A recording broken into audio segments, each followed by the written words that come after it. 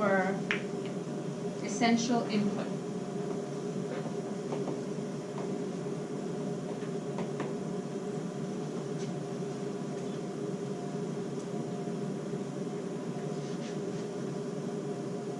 Sometimes government grants patents that are exclusive rights for a firm to have access to that product.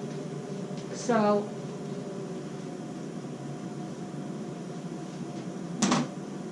granted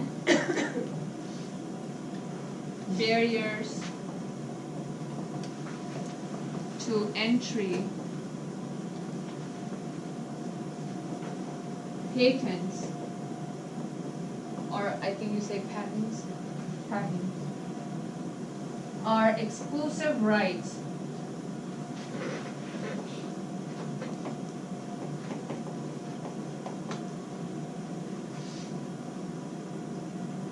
to sell for 14 years.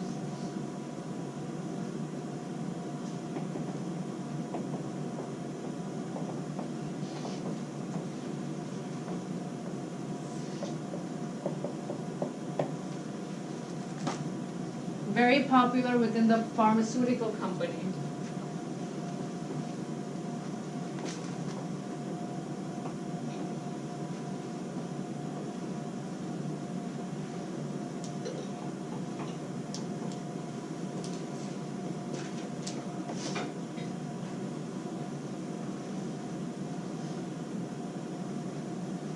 Because it gives them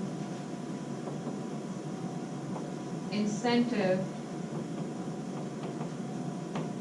to invest money in new research.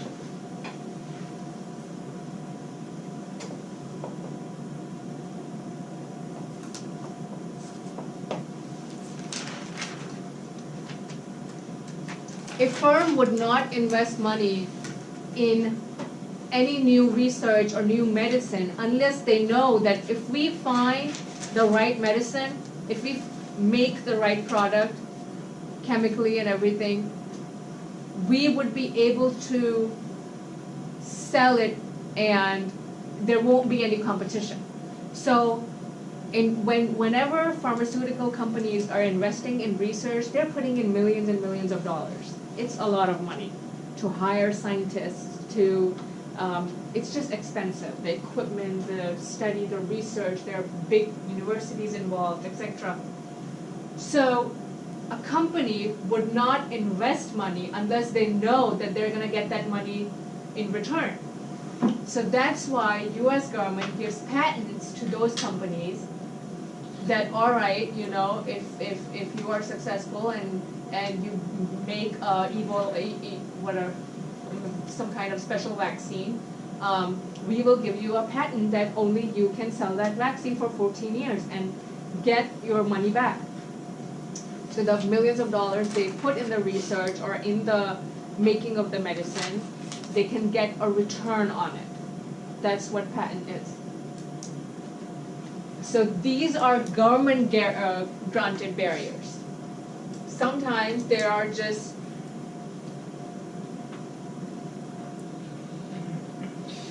other kind of barriers.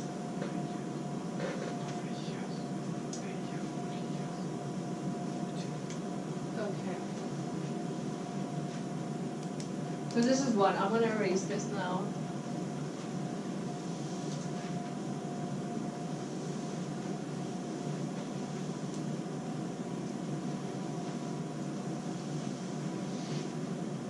So control over essential input was one.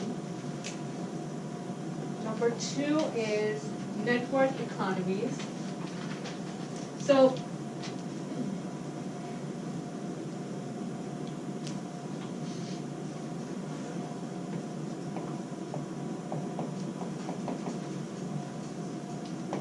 network economies is also another barrier to an entry. And what network economies is that value of a good increases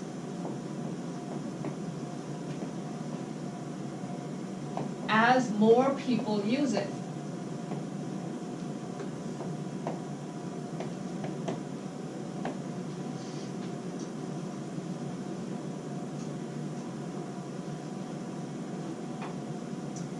Two billion people are on Facebook.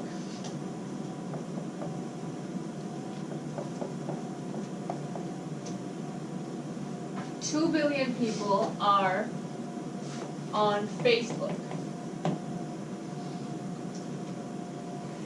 As more people use Facebook, its value is increasing.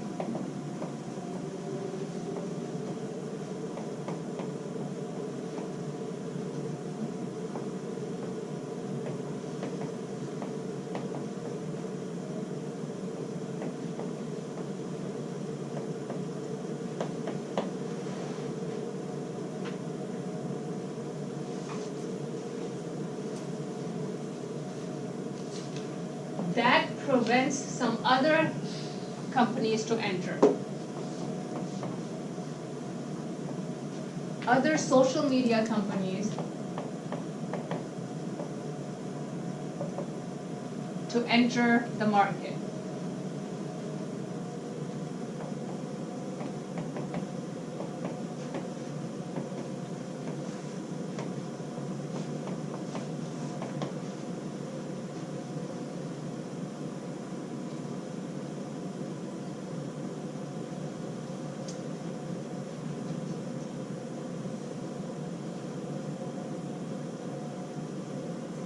So even if they have a better social media site than Facebook,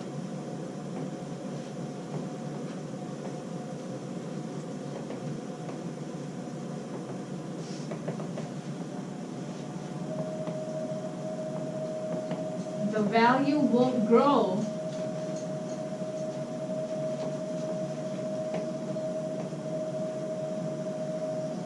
because people are already using something else.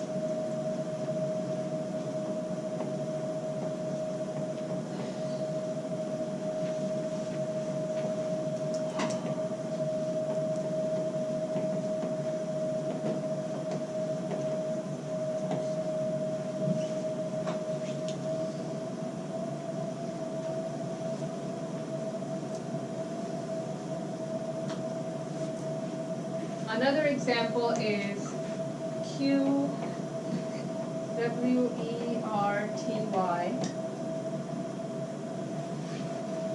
keyboard alphabets arrangement.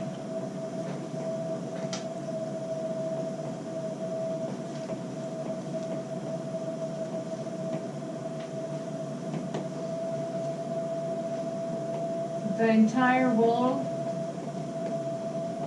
is using the same arrangement.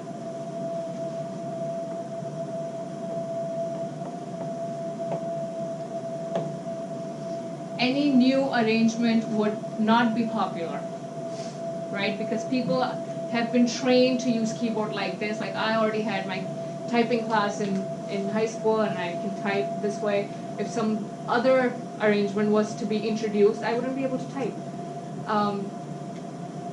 So same thing with Facebook, like, and this is like a genuine problem with, like, I am a very private kind of person. I only have my family on Facebook, basically, and just like a few close friends.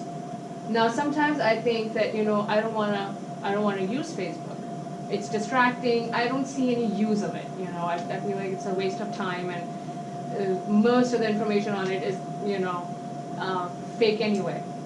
But the only thing stops me from using it is my family, like, you know, my cousins sharing their photos and whatnot, and like it's hard because they're all on it.